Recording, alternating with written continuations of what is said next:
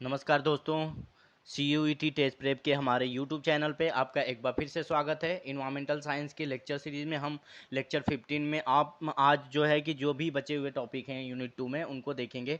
जैसे कि in situ conservation क्या होता है, एक्स सीटू कंजर्वेशन क्या होता है, मेनली यही दो टॉपिक बचे हुए हैं। ठीक है, सो आगे बढ़ने से पहले आपसे रिक्वेस्ट है कि आप हमारे चैनल को ज़्यादा से ज़्यादा लाइक शेयर सब्सक्राइब करें, ज़्यादा से ज़्यादा अपने दोस्तों में शेयर करें और उनसे सब्सक्राइब करवाएं ताकि हमको भी मोटिवेशन मिले। और लाइक भी वीडियो को ज़्यादा से ज़्यादा करें तो भी हमको मोटिवेशन मिलेगा वीडियो बनाने का। ठीक है, सो जो भी अगर कोई भी कंसेप्ट में कोई भी दिक्कत हो रही है तो हमें कमेंट बॉक्स में लिखिए। और देखिए आपका एग्ज़ाम चल रहा है, थोड़ा सा अपने कैरियर के पे फोकस करिए और इधर उधर डिस्ट्रैक्ट मत होइए। सो अवॉइड करिए, मैक्सिमम डिस्ट्रैक्शन को अवॉइड करिए और अपनी जो पढ़ाई है उसमें जो भी रिवीजन हो सकता है, सबसे इम्पॉर्टेंट होता है रिवीजन। सो जो वीडियो हमने बना रखे हैं, जो नोट्स डाल रखे हैं ग्रुप में टेलीग्राम में, उनको ज़्यादा से ज़्यादा रिवाइज करने की कोशिश करिए। ठीक है, सो चलिए अब जो भी टॉपिक हैं डिस्कस करते हैं उसको। सो रिक्वेस्ट है कि आप लाइक शेयर सब्सक्राइब करते रहिए। ठीक है, तो जो सबसे पहले इन सीटू कंजर्वेशन है उसके बारे में देखेंगे।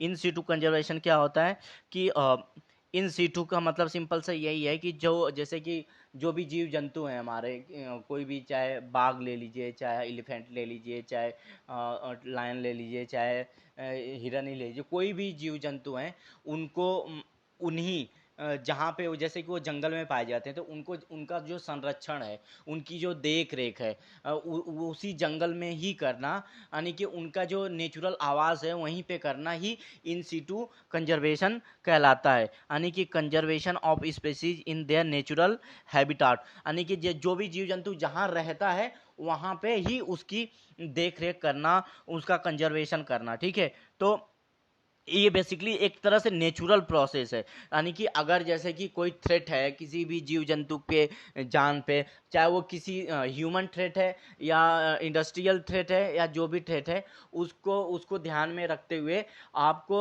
उसी नेचर में ही उनके जहाँ पे नेचुरल आवास है वहीं पे उनका संरक्षण करना और उस थ्रेट को दूर करना ही हमारा जो है क्या है, उद्देश्य होता है इन सिटू कंजर्वेशन में। ठीक है, सो नेचुरल हैबिटाट में जो कंजर्वेशन किया जाता है उसमें क्या क्या आते हैं, वाइल्ड लाइफ सेंचुरी आती है, नेशनल पार्क आते हैं, बायोस्फीयर रिजर्व आते हैं, सेक्रेट ग्रुप्स आते हैं, comes under this method of conservation.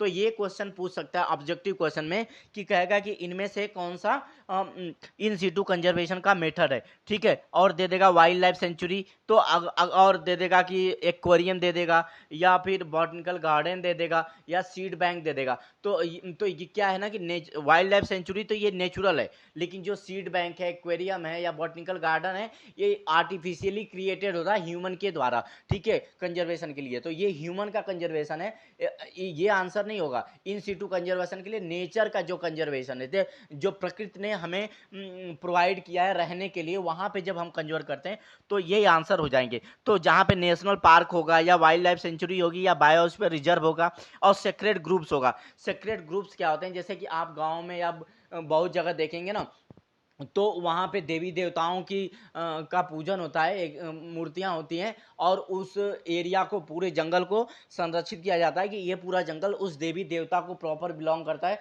और वहाँ का कोई भी, चाहे लकड़ी हो चाहे फल फूल, जो भी उस जंगल का प्रोडक्ट हो, उसको कोई किसी को नहीं छूना है। ठीक है, तो इस तरह की जो चीज़ें होती हैं, और ये ना national park, wild life sanctuary इन सब के बाहर होता है, तो उसको सेक्रेट ग्रुप्स कहते हैं। ठीक है, और नेशनल पार्क और वाइल्ड लाइफ सेंचुरी या बायोस्फीयर रिजर्व का डिस्कशन हम आगे करेंगे।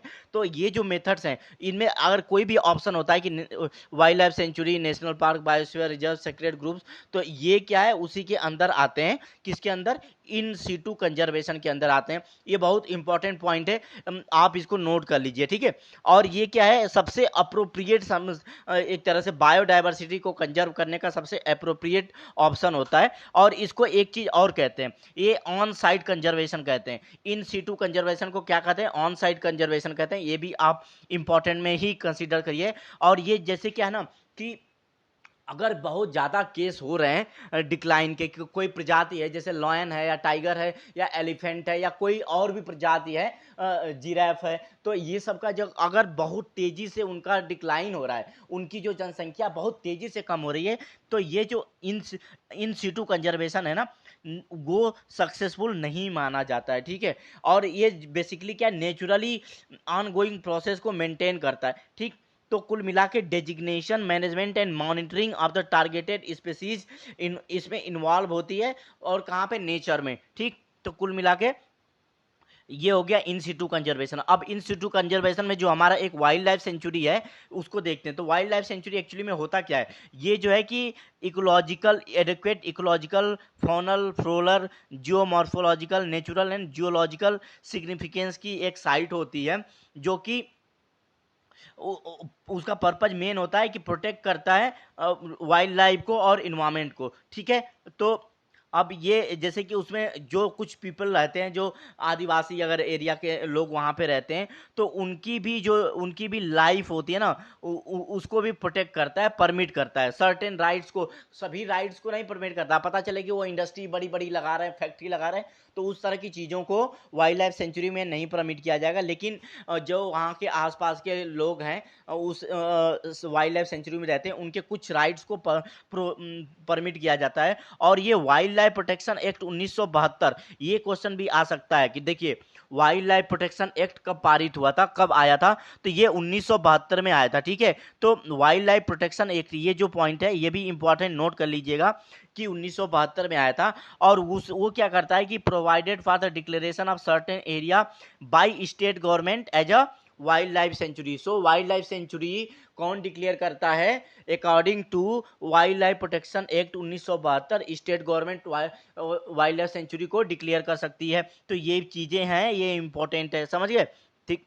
अब उसमें क्या होना चाहिए, लेकिन ऐसा नहीं कि वो इन्वायरमेंटल पॉइंट ऑफ व्यू से कोई इंपॉर्टेंट की साइट अगर नहीं है तो फिर नहीं डिक्लेयर कर सकते। लेकिन अगर गवर्नमेंट को, स्टेट गवर्नमेंट को लगता है कि वो इकोलॉजिकली इंपॉर्टेंट है और जियोमॉर्फिकली और नेचुरली सिग्निफिकेंट है, तो हम उसको वाइल्ड लाइफ सेंचुरी डिक्लेयर कर देंगे। और करंट में क्या है कि 565 वाइल्ड लाइफ सेंचुरीज हैं इंडिया में। तो अब सबका नाम तो बता पाना मुश्किल है, लेकिन कुछ इंपॉर्टेंट वाइल्ड लाइफ सेंचुरीज होंगी जो मैं नेक्स्ट वीडियो में उनका डिस्कशन करूंगा। वाइल्ड लाइफ सेंचुरी का जो हमारे नेशनल पार्क होंगे, बायोस्फीयर रिजर्व होंगे, उनका जो जो इंपॉर्टेंट है एक वीडियो लेके आऊंगा, उसका डिस्कशन मैं कल करूंगा, ठीक है। ओके, सो कुल मिला के ये पॉइंट भी याद कर लीजिएगा। तो ये कभी अगर ऑप्शन में ना 564 या 565, अगर 565 नहीं है, अगर 564 दिया है, ठीक है, 564 है, तब भी आप उसको ही सही मानिएगा।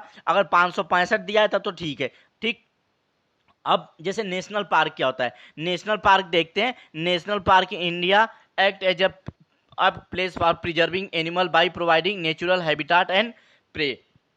जो नेशनल पार्क होते हैं ना, वो कुल मिला के जो भी एनिमल्स हैं उनको प्रिजर्व करते हैं, उनको संरक्षण देते हैं, उनको प्रोटेक्ट करते हैं, उनका मैनेजमेंट करते हैं। जैसे उनको प्रे, जैसे मान लीजिए टाइगर है तो उसको प्रे चाहिए ना, खाना चाहिए, तो उस तरह की चीज़ें भी प्रोवाइड किया जाता है। और इसमें क्या होता है ना, इसमें एक्चुअली में जो ह्यूमन एक्टिविटी होती है, जो ह्यूमन एक्टिविटी होती है, एंथ्रोपोजेनिक एक्टिविटी को ह्यूमन एक्टिविटी बोलते हैं। जैसे कि डेवलपमेंट एक्टिविटी हो गई, इंडस्ट्रियल एक्टिविटी हो गई, फॉरेस्ट्री हो गई, पोचिंग हो गई, हंटिंग हो गई या कल्टीवेशन हो गया, ये परमिट नहीं होता है। ये भी लाइन है इंपॉर्टेंट, ठीक है, ठीक। तो नेशनल पार्क में cultivation, hunting, poaching, forestry, industrial activity, developmental activity को पूरी तरह से बैन कर दिया गया है, ठीक है। और जो नेशनल पार्क है उसकी जो बाउंड्री होती है ना, वो बहुत अच्छे से डिफाइंड होती है, और उसमें कोई भी प्राइवेट एक्टिविटी अलाउ ही नहीं है इनसाइड नेशनल पार्क, ठीक। और एक चीज और important, they can not be downgraded to the status of century. यानी कि अगर एक बार आपने नेशनल पार्क डिक्लेयर कर दिया तो उसको हम डाउनग्रेड नहीं कर सकते, ठीक है, उसको चेंज नहीं कर सकते हैं, ठीक है।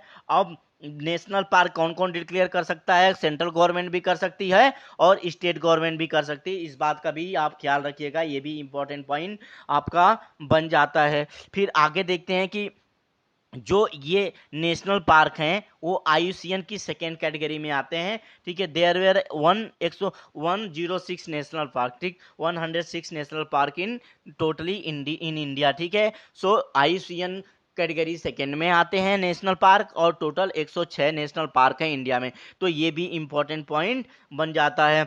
अब इसका जो सबसे पहला नेशनल पार्क था, इंडिया फर्स्ट नेशनल पार्क, कब वो इस्टेब्लिश हुआ था? 1936 में। और आपने जिम कॉर्बेट नेशनल पार्क का नाम सुना होगा, जिम कॉर्बेट नेशनल पार्क का नाम सुना होगा। और यही जिम कॉर्बेट नेशनल पार्क जो कि उत्तराखंड में है। ये क्वेश्चन पूछ सकता है कि जिम कॉर्बेट नेशनल पार्क किस स्टेट में है, तो आंसर होगा उत्तराखंड। और इसका पहले नाम क्या था? तो जिम कॉर्बेट नेशनल पार्क का सबसे पहले नाम हुआ करता था हैली नेशनल पार्क, ठीक है। तो जिम कॉर्बेट का हैली नेशनल पार्क पहले नाम हुआ करता था। और जो नेशनल पार्क सबसे पहला नेशनल पार्क है वो जिम कॉर्बेट नेशनल पार्क या हैली नेशनल पार्क हुआ करता था। ये 1936 में इस्टेब्लिश हुआ था, इसकी स्थापना 1936 में हुई थी। तो ये तो वेरी मोस्ट इंपॉर्टेंट पॉइंट है, आप इसको नोट कर लीजिए। अगला क्या है कि सबसे लार्जेस्ट नेशनल पार्क कौन सा इंडिया में? हेमिस नेशनल पार्क है। ये कहाँ है? लद्दाख में है। तो ये भी नोट कर लीजिए, ये भी इंपॉर्टेंट पॉइंट है, ठीक, ये भी इंपॉर्टेंट पॉइंट है। हाँ, ये भी इंपॉर्टेंट पॉइंट है। स्मॉलेस्ट कहाँ पे है? ये है south button island national park, Andaman and Nicobar island. ये भी इंपॉर्टेंट पॉइंट है। और सबसे फर्स्ट मेराइन नेशनल पार्क कहाँ पे? Gulf of Kutch national park है, जो कि सबसे पहला मेराइन नेशनल पार्क है। और एक फ्लोटिंग नेशनल पार्क है, वो क्या है? कैबुल लामजाओ नेशनल पार्क, मणिपुर में। ये भी बहुत इंपॉर्टेंट है कि फ्लोटिंग नेशनल पार्क कहाँ पाया जाता है?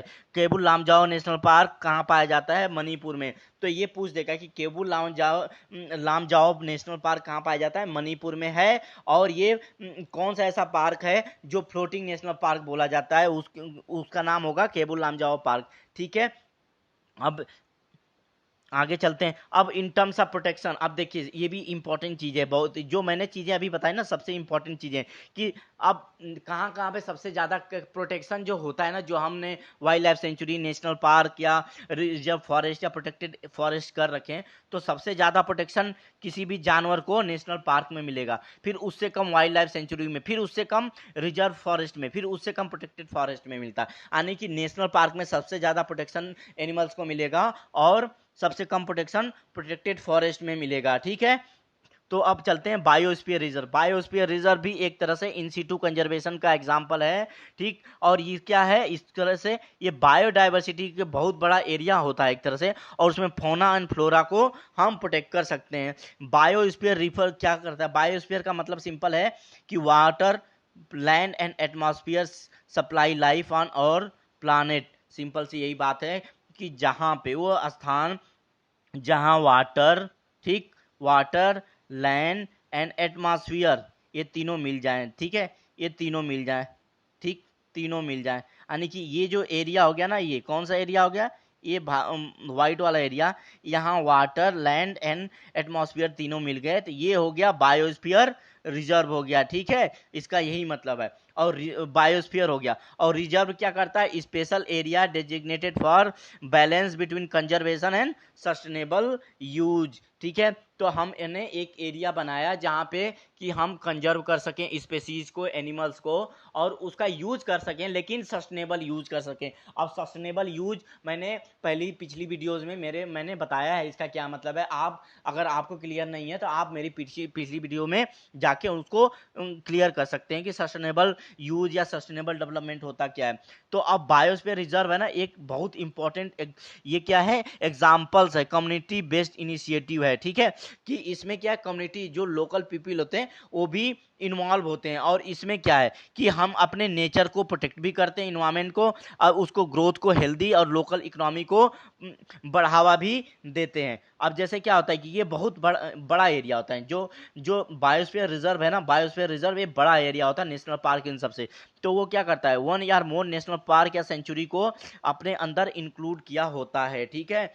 अब अगर ये चीज पूछ दे कि बायोस्फीयर रिजर्व नेशनल पार्क से बड़ा हो सकता है, या एक बायोस्फीयर रिजर्व में एक या दो नेशनल पार्क हो सकते हैं या सेंचुरी हो सकती हैं, तो हाँ ये चीज सही है। ठीक है, अब इसमें क्या होता है कि प्रोटेक्शन सभी जितनी भी स्पेसीज होती है ना उनको ग्रांट होता है, चाहे कोई भी स्पेसीज हो, और उसमें ह्यूमन कम्युनिटी भी उसमें उस रीजन में रह सकती है। ठीक, अब सबसे इंपॉर्टेंट पॉइंट यहाँ पे देखते हैं, ये पॉइंट बहुत इंपॉर्टेंट है कि बायोस्फीयर रिजर्व नेटवर्क जो है एक 1971 में लॉन्च हुआ था। किसने लॉन्च किया था? यूनेस्को ने लॉन्च किया था। ठीक है, और उसी साल 2 ईयर आफ्टर यानी कि 1973 में उसने एमएबी प्रोग्राम लॉन्च किया था। एमएबी प्रोग्राम क्या था? मैन एंड बायोस्फीयर प्रोग्राम था। एमएबी प्रोग्राम का फुल फॉर्म क्या है? Man and biosphere program. ये किसने लॉन्च किया था? यूनेस्को ने ही लॉन्च किया था। तो ये लाइन बहुत इंपॉर्टेंट है, इसको आप सही से नोट कर लीजिए, याद कर लीजिएगा। ठीक है, तो बायोस्फीयर रिजर्व इसका मतलब क्या हो गया? एक तरह से इंटरनेशनल डेजिग्नेटेड साइट हो गई जिसको यूनेस्को ने लॉन्च किया। अब यूनेस्को का अगर फुल फॉर्म आ जाए तो इसका फुल फॉर्म क्या होता है? United Nations Education Scientific and Cultural Organization. ठीक है, अब आगे देखते हैं ये क्या करता है बायोस्फीयर रिजर्व कुल मिला के, कि बैलेंस बनाता है इकोनॉमिक एक्टिविटी में, सोशल एक्टिविटी में, और कल्चरल वैल्यू को भी प्रिजर्व करता है, और इन्वायरमेंट और नेचर को भी प्रिजर्व करता है। ठीक है, होप आपको समझ में आ गया होगा। अब बायोस्फीयर रिजर्व है, चूंकि वो यूनेस्को ने लॉन्च किया है तो इसीलिए समझ लीजिए कुल मिला के कि ये किसी लॉ के अंदर तो नहीं आता, कवर नहीं होता है। अब बायोस्फीयर रिजर्व का स्ट्रक्चर होता है, बायोस्फीयर रिजर्व का स्ट्रक्चर होता है, सबसे पहला क्या है स्ट्रक्चर में कि कोर एरिया होता है, एक कोर एरिया होता है। ठीक है, कोर एरिया होता है।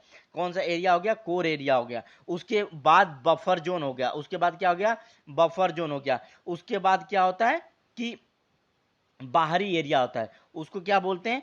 ट्रांजिशन जोन बोलते हैं। ठीक है, उसको क्या बोलते हैं? ट्रांजिशन जोन बोलते हैं। ये जो व्हाइट वाला है ट्रांजिशन जोन बोलते हैं। जो कोर एरिया होता है वो क्या हो कि सबसे ज्यादा प्रोटेक्टेड एरिया होता है बायोस्फीयर रिजर्व का। ठीक है, ये पूछ सकता है तो कि कोर एरिया सबसे ज्यादा प्रोटेक्टेड एरिया बायोस्फीयर रिजर्व का कौन होता है, तो वो होता है कोर एरिया। ठीक है, और उसमें कोई ह्यूमन इंटरवेंशन नहीं होता, नहीं कि इंसानों के जाने के लिए एक तरह से कड़ा प्रतिबंध होता है। फिर बफर जोन होता है, कि बफर जोन क्या करता है? देखिए बफर जोन क्या करता है कि ये सराउंड करता है बफर जोन। ये जो बफर जोन है ये सराउंड करता है कोर जोन को। अब इसमें कुछ एक्टिविटी तो होती हैं लेकिन वो मैनेज एक्टिविटी होती हैं जो कि हमको कोर जोन को प्रोटेक्ट करने में मदद कर सके। जैसे रिसर्च एंड एजुकेशनल एक्टिविटीज होती हैं वो बफर जोन में होती हैं, उनको बढ़ावा दिया जाता है क्योंकि यही रिसर्च और जो एजुकेशनल एक्टिविटी हैं जो हमारी बायोस्फीयर रिजर्व नेशनल पार्क या सेंचुरीज को प्रोटेक्ट कर सकती हैं।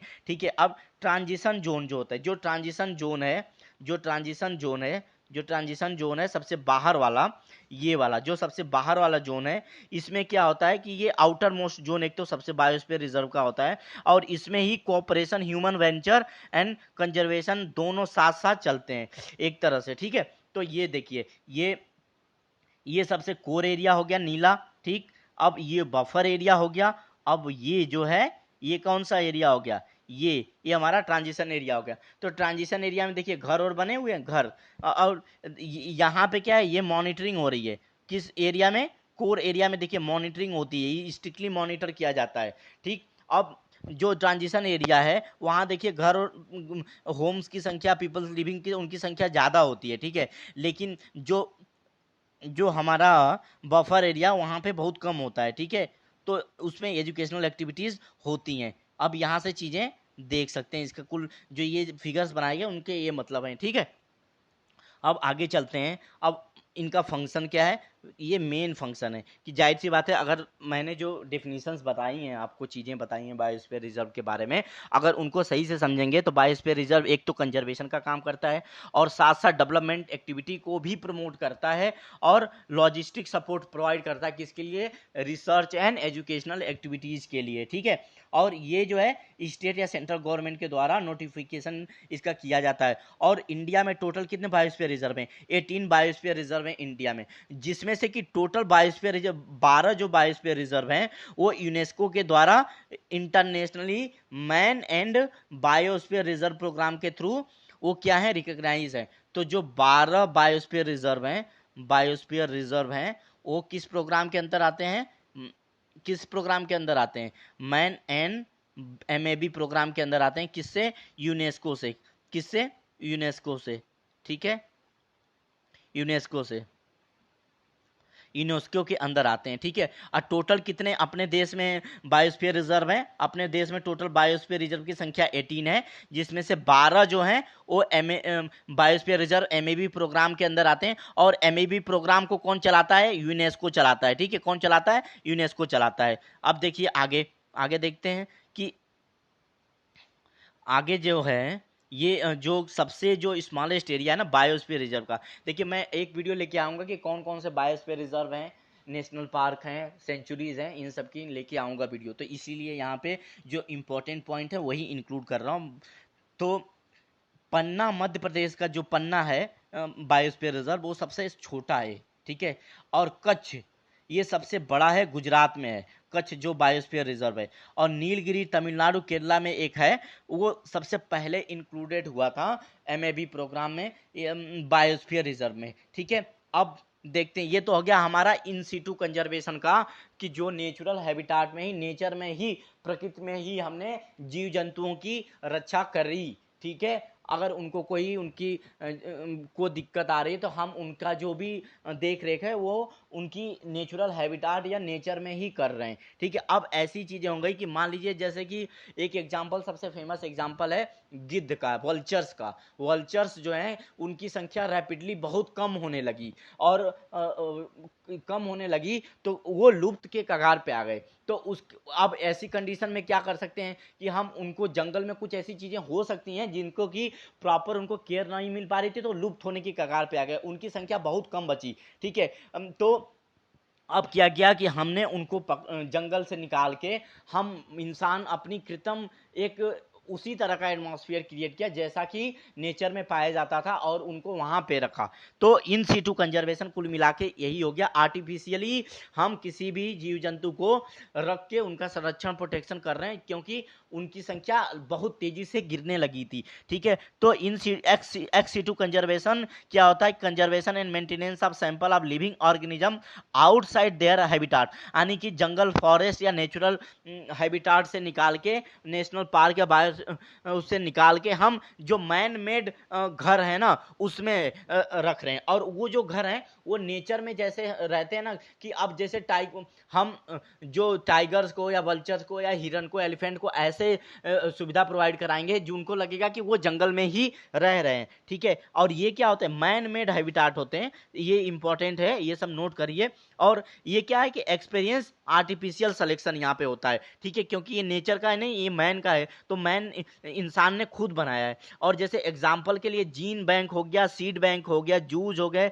एक्वेरियम हो गया, plant collection comes under this method of conservation. तो ये भी क्वेश्चन पूछ सकता है कि एक्स सीटू कंजर्वेशन में इसमें से नीचे दे देगा कि भाई एक देगा नेशनल पार्क, एक देगा वाइल्ड लाइफ सेंचुरी, एक देगा बायोस्फीयर रिजर्व, एक दे देगा कि हमारा एक्वेरियम है। इनमें से कौन? X-situ conservation. तो आंसर क्या हो जाएगा? एक्वेरियम हो जाएगा। ठीक, अब ये इसको क्या बोलते हैं? ऑफ साइड कंजर्वेशन भी बोलते हैं।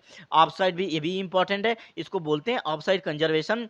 ठीक, और ये जहां पे किसके लिए अप्रोप्रिएट होता है? बहुत ज़्यादा जहाँ पे एनिमल्स पाए नहीं जाते हैं, जिनकी मात्रा संख्या बहुत कम हो चुकी है, उनको ही हम एक्स सीटू कंजर्वेशन में, जू, एक्वेरियम, सीड बैंक, एक्वेरियम में या जू में, या अगर प्लांट हैं जो लुप्त हो रहे हैं तो उनको प्लांट कलेक्शन में, एक्वेरियम में रख सकते हैं। या कोई ऐसा पशु है, पक्षी है या पेड़ है जो लुप्त होने जा रहा है, तो हम उन्हें क्या करेंगे कि उनके जो जीन है, हमको लग रहा है कि वो फ्यूचर में लुप्त हो जाएंगे, तो उनके जो जीन होते हैं, DNA होते हैं, उनको प्रिजर्व कर लेते हैं जीन बैंक में। ठीक है, उनको प्रिजर्व कर लेते हैं जीन बैंक में। ठीक, अब ये किस केस में बेस्ट ऑप्शन होता है? जहां पे रैपिडली डिक्लाइन होने लगती है जनसंख्या, तो नेचर में तो उनका प्रोटेक्शन मुश्किल हो जाएगा, इसीलिए हम उनको मैन मेड प्रोटेक्शन में लेके आते हैं। ठीक है, अब जैसे कि सैंपलिंग हो गया, स्टोरेज हो गया, target, transfer of target species from their natural habitat to man made habitat involve in this ex situ conservation. ठीक है, तो अब आगे जैसे देखते हैं, आगे क्या है कि जो बॉटनिकल गार्डन है, जूलॉजिकल पार्क हैं, सीड बैंक हैं, या क्रिप्टो प्रिजर्वेशन है जीन बैंक के लिए, ये एग्जाम्पल होते हैं किसके, XC2 के, XC2 कंजर्वेशन के, XC2 कंजर्वेशन के एग्जाम्पल्स होते हैं। ठीक है, तो ये जो कुल मिला के हम जब बॉटनिकल इन सब में देखते हैं तो ये प्रोग्राम डिजाइन किया जाता है किसको, उस एनिमल के लिए जिसकी जनसंख्या बहुत तेजी से घटने लगती है और उनके पूरे पूरे सर्वाइवल पे ही दिक्कत होने लगती है। ठीक है, तो इसलिए हम XC2 कंजर्वेशन का यूज करते हैं बॉटनिकल गार्डन में या जूलॉजिकल पार्क या सीड बैंक में, हम उनको संरक्षित करते हैं, उनकी देखभाल करते हैं। ठीक, अब जैसे कि जीन बैंक क्या हो गया, जीन बैंक किसे कहते हैं, जीन बैंक जो है एक तरह से स्टॉक वाइबल सीड है या लाइव प्लांट्स है या टिश्यू कल्चर है या उनके जर्म प्लांट को जेनेटिकली वाइबिलिटी में, यानी कि जेनेटिक उनका जो जीन होता है ना, जीन बैंक में किसी भी पेड़ पौधे जीव जंतु का हम जर्म प्लाज्म ये सब चीजें रखते हैं। ठीक है, तो जैसे बैंक में क्या करते हैं, बैंक में हम पैसे रखते हैं, उसी तरह जीन बैंक में हम जीन रखते हैं। जीन जो एक तरह से डीएनए होता है। ठीक है, कुल मिला के डीएनए होता है। जीन क्या होता है, डीएनए होता है, किसी भी चाहे पेड़ पौधे का हो या जीव जंतु का हो या इंसान का। तो जो जीन बैंक में ये सब चीजें रखी जाती हैं तो वो जीन बैंक हो गया, उसमें जीन रखे जाते हैं। जीन बैंक में कुल मिला के जीन प्लांट मटेरियल के प्रिजर्व किए जाते हैं और यहाँ पे ना टेम्परेचर बहुत कम होता है। तो कुल मिला के जीन क्या हो गए, type of bio repository which preserve genetic material, a collection of seed plant tissue culture etc। ठीक है, तो ये हो गया जीन। अब जीन बैंक, और जीन का एग्जांपल जैसे मैंने बताया ना कि basic physical functional unit of heredity होता है, और जीन मेडअप ऑफ किससे मेडअप होते हैं, ये डीएनए से मेडअप होते हैं, डीऑक्सीराइबोज न्यूक्लिक एसिड से बने होते हैं। और एक जो जीन, एक जो है ना ये सालबार्ड ग्लोबल सीड वॉल्ट नॉर्वे में। ठीक है, ये पूछ सकता है कि सालबार्ड ग्लोबल सीड वॉल्ट कहाँ पाया जाता है, ये नॉर्वे में है। ये दुनिया का सबसे बड़ा कलेक्शन सीड सेंटर है। ठीक है, यहाँ पे ना पूरे दुनिया की जितनी सीड है ना वो प्रिजर्व करके रखी गई है स्वीडन में। और ये ना यहाँ पे जो टेम्परेचर है ना बहुत माइनस है। ठीक, तो यहाँ पे इसलिए रखा गया है क्योंकि वहाँ पे टेम्परेचर नेचर ने ही ऑटोमेटिकली इतना कम कर रखा है कि हमें स्पेशली कोई अलग से टेम्परेचर को कम करने की मशीनें लगानी नहीं पड़ती हैं। और इंडिया में जो सीड बैंक है, सीड वॉल्ट है, वो कहाँ पे है, चांगला में है। ये पूछ सकता है, ये दो चीज़ें हैं, ये इंपॉर्टेंट है, इनको याद रख लीजिएगा। ठीक है, सीड बैंक क्या करते हैं, जो भी सीड होते हैं ना, जो बीज हैं, उनको स्टोर करके रखने के लिए एक जगह हो गई कुल मिला के। और वहाँ पे जो है सीड्स स्टोर होते हैं, प्रिजर्व करते हैं उनकी जेनेटिक डाइवर्सिटी को। फ्यूचर में अगर कोई दिक्कत आती है, मान लीजिए कोई पेड़ पौधा है, हमको लगता है कि फ्यूचर में वो लुप्त हो जाएगा, तो हम उसके जो बीज है, उसका सीड है, उसको आज प्रिजर्व करके रख लेंगे, जब वो लुप्त होगा तो वहाँ से बीज निकाल लेंगे, सीड निकाल के हमको फिर से उगा लेंगे। ये फायदा होता है सीड बैंक का। ठीक, अब बेसिकली जो सीड बैंक होते हैं ना उनके टेम्परेचर बहुत कम होते हैं, बहुत कम होते हैं। और जो भी हम सिक्योर कर लेते हैं, जैसे मैंने बताया ना कि फ्यूचर में अगर कोई दिक्कत होगी तो हम फिर से उस पौधे को, पेड़ पौधे को उगा सकते हैं। और बेसिकली क्या ना, ये इसका एक ही ड्रॉबैक ये है कि ये महंगा पड़ता है, समझ रहे हो। और सभी प्लांट के सीड को संरक्षित करना एक जगह पे पॉसिबल नहीं होता है। ठीक है, तो ये है। अब आगे चलते हैं।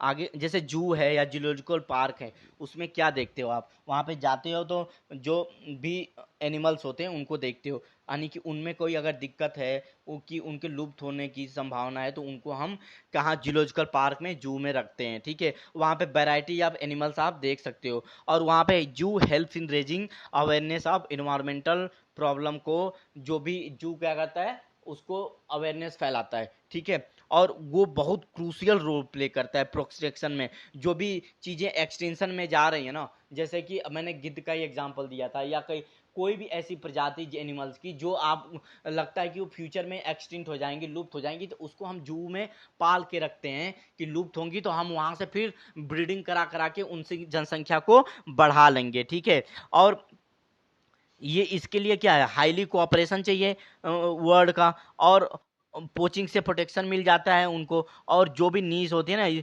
उसका हमको क्या बोलते हैं, उसके लिए उसको जो एनिमल्स होता है उसको फायदा उस तरह का इन्वायरमेंट देते हैं ताकि वो उस नेचर की तरफ फील कर सके। लेकिन कुछ एडवांटेज डिस हैं तो डिसएडवांटेज भी हो जाते हैं, जैसे कि अब भाई नेचर से निकाल के उसको, जंगल से निकाल के जहाँ पे वो प्रॉपर उसका घर था, आप उसको एक जगह बांध दिए हो तो उसको अननेचुरल फील होगा ही होगा।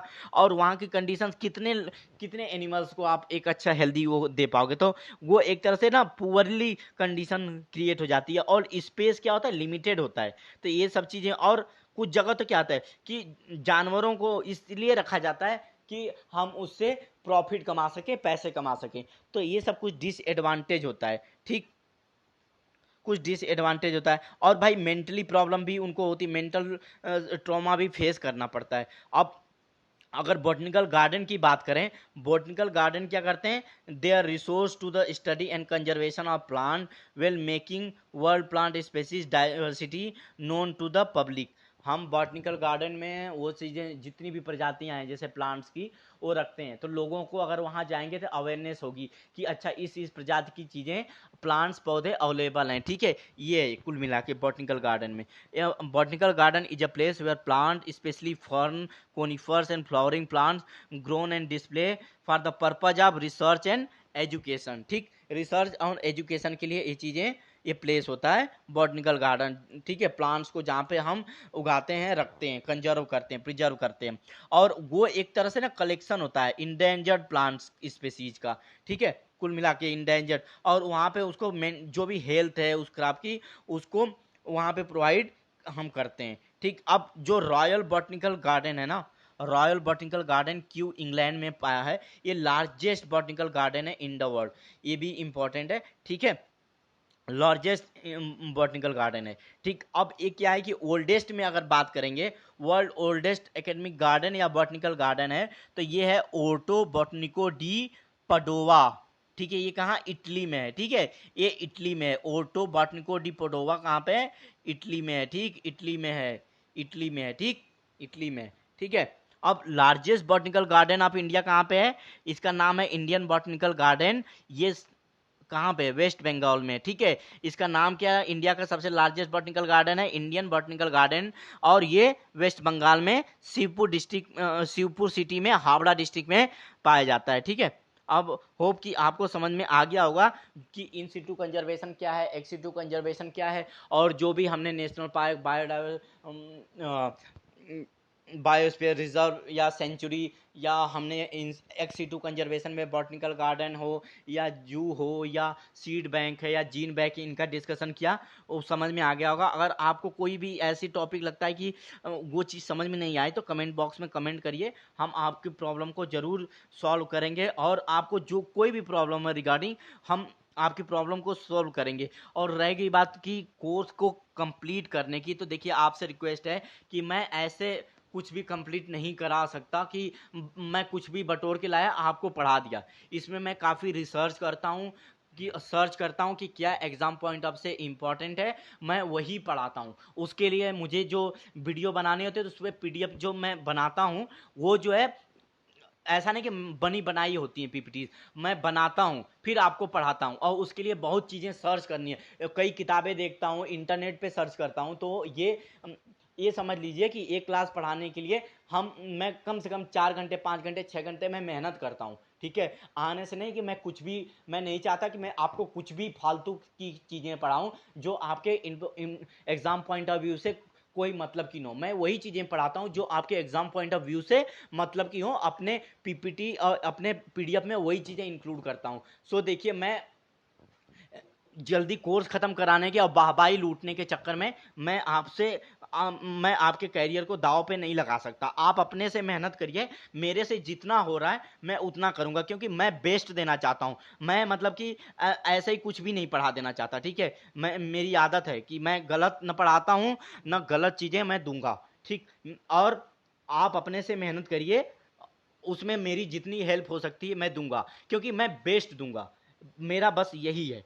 सो हमारी यूनिट 2 कंप्लीट हो चुकी है, और आपको जो भी दिक्कत हो हमें कमेंट बॉक्स में लिखिए, मैं ज़रूर उसके सॉल्व करने की, मेरी जितनी भी क्षमता है मैं उसके अकॉर्डिंग सॉल्व करने की कोशिश करूँगा। सो हमारे लेक्चर को, हमारे वीडियो को ज़्यादा से ज़्यादा, चैनल को शेयर सब्सक्राइब लाइक करिए ताकि मुझे भी मोटिवेशन मिले और अधिक से अधिक वीडियो बनाने का।